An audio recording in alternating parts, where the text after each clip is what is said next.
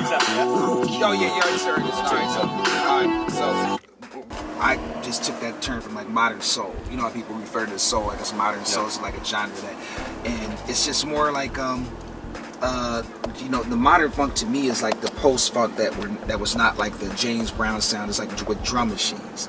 Like Prince kind of like brought in modern funk, you know, and Knee Deep and Zap to it. I mean, excuse me, Funkadelic and P-Funk and Zap to a certain extent did too. Doing, you know, things related to funk, you know what I'm saying, and what Dre was doing and what some of the stuff they were doing. That's what me and Soup was talking about. It was like when we heard one of the tracks, it's like I couldn't believe it's so surreal, Jeff, like that. Back then, you're right. I never would have thought that. I was just working my jobs, trying to figure out what I was gonna do, while I was seeing these guys blow up in early 20s. Yeah. You know, and when they started, like in '93, just to hear him like in one of his songs, he says, "I got my knack back from Dâm-Funk." You know what I'm saying? I'm like, damn. It's like just to hear you say that, like in one of the tracks, it's like you just never know. That's why I always tell people, never give up. Because you never, but if you stay true, if you start faking shit, then you won't, you know, people will smell it. You know what I mean? Now this is a street called Sunset that I grew up on. Like the family street where the people work for the city, and they would have homes. But then directly across the street was the King's Manor, and that was like the projects.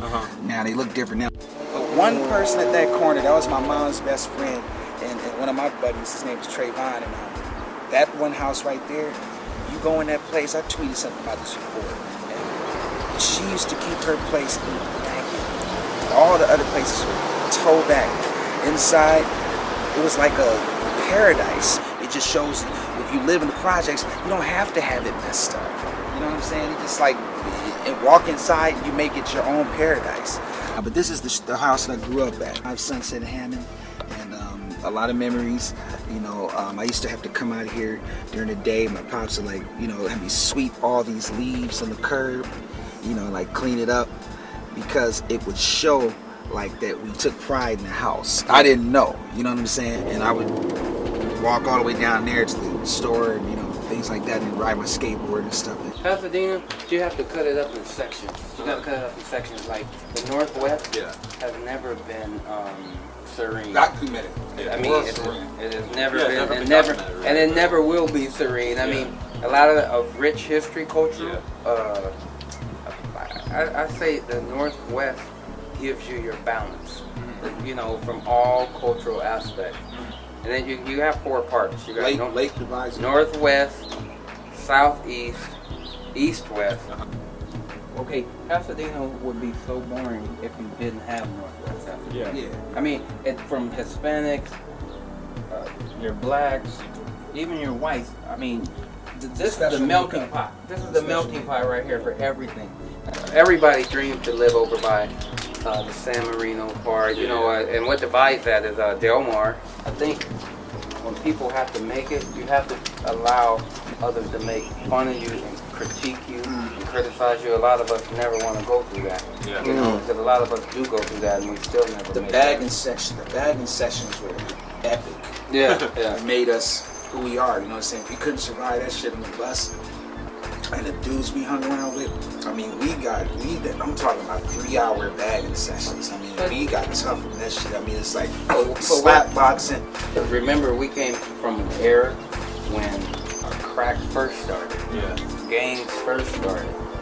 Hard. And like, and we were able to, like, get away from it. It wasn't nothing somebody wanted to knock the door down to be into anyway. Right.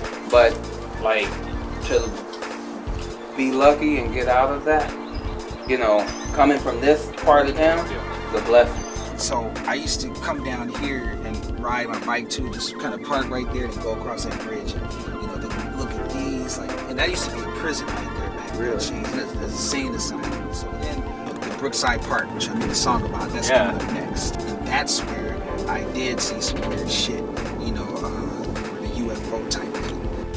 And Chris said this, he said this, what he said, he's white, but this dude, you remember? No, when I went into the house, heavy metal all over. Are you told him? Yeah. And then, but he played this like that on the drum, and after that, man, him was I couldn't believe he did that. Run DMC, remember? Can you still do that? You know, how were you? 12? When you were 12, when we were going to the 8th grade. Yep. He played that. I was mesmerized, and we've been cool ever since. You gotta bust that out now. So was Puba the record store that you went to when you were growing up? Yeah, the one on Walnut in Green. That was the original location, owned by Jay Green, and he was just a great guy, man. I mean, he gave me my first shot to work at any record store. He's the one who gave me the Funkadelic flag, man. That's one of the first places that really gave me a lot of inspiration, like, you know, record digging. Yeah. And it got turned on to a lot of like noise music, experimental stuff. So one of my first keyboards I got was it was the same keyboard that Leon Silvers used on the Whisper stuff and like the Solar record stuff. It was a Moog Source. And when I started playing around with that, got my own Casio, got a Linn drum machine, and out of recycler, and I just started making my own tracks because my pops told me, like, you can make tracks using cassette tape decks and a mixer and just keep recording over and over. And I was like, okay, let me try this. And then when I did that, I was like, oh man, it's over now. So I was like making my own tracks, like play the keyboards first and record that, take that tape out and put in another tape deck. Speaking a little different because I'm kind of like one of the main, like only dudes who came out of this place that like took things like around the world, even though it's an underground level. But just, you can get trapped in Pasadena, you can stay there. Just an interesting place, man, you know, and sometimes like they would use locations out here, you know, to get away from LA, I guess, to get like a cheaper permit or something like that and film things that you thought were someplace else, you know. So this is right now Washington, a major street. We're still on the black side of the Latino side, you know, west side. Well, man, it's a trip because I haven't really released an album since 2009. Everything's been like 12 inches and EPs and, you know, like remixes and stuff, so I'm pretty surprised. And even today, man, like I'm getting people that still discover that record, and I'm just, man, I appreciate it, man. Like I said, I always try to share like the real me is mixed with the music sharing.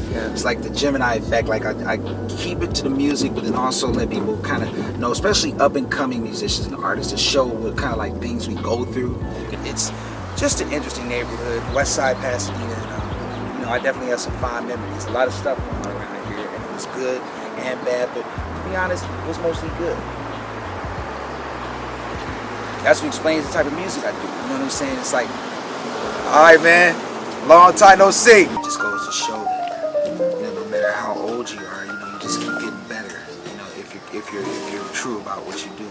It's not about youth or anything like that. It's about, you know, what you have inside your heart and soul. And that's the secret that people will eventually get. You know, a lot of people brag about the whole I'm a young dude and blah, blah, blah. It's not about that. It's about everything is timeless because it's never been proven to this day that time even exists. So it's really about, you know, what your heart and soul is.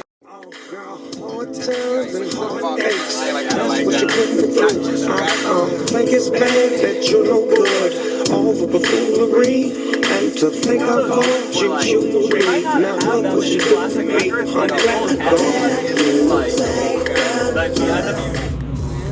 I'm just real quick, I'm gonna let you check it out. Sounds good. Sounds good. Let me see. People still got dual exhaust. That's a fella. Yeah, we gonna ride. It's nice, yeah. Oh. Yeah.